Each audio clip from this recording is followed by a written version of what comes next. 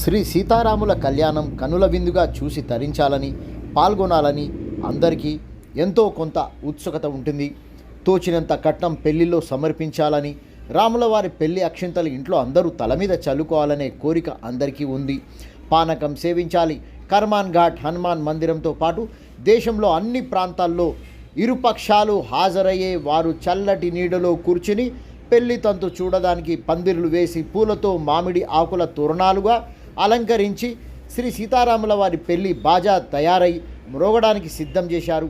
Social media పత్రికలు అందరూ రేపు జరగబోయే భూమండలం మీదకు సర్వదేవతలు మానవులు హాజరై వీక్షించి తరించాలని ఉత్సాహంతో ఉన్నవారిని టీవీల్లో యూట్యూబ్లో చూపడానికి సమయం దగ్గర పడుతున్నది.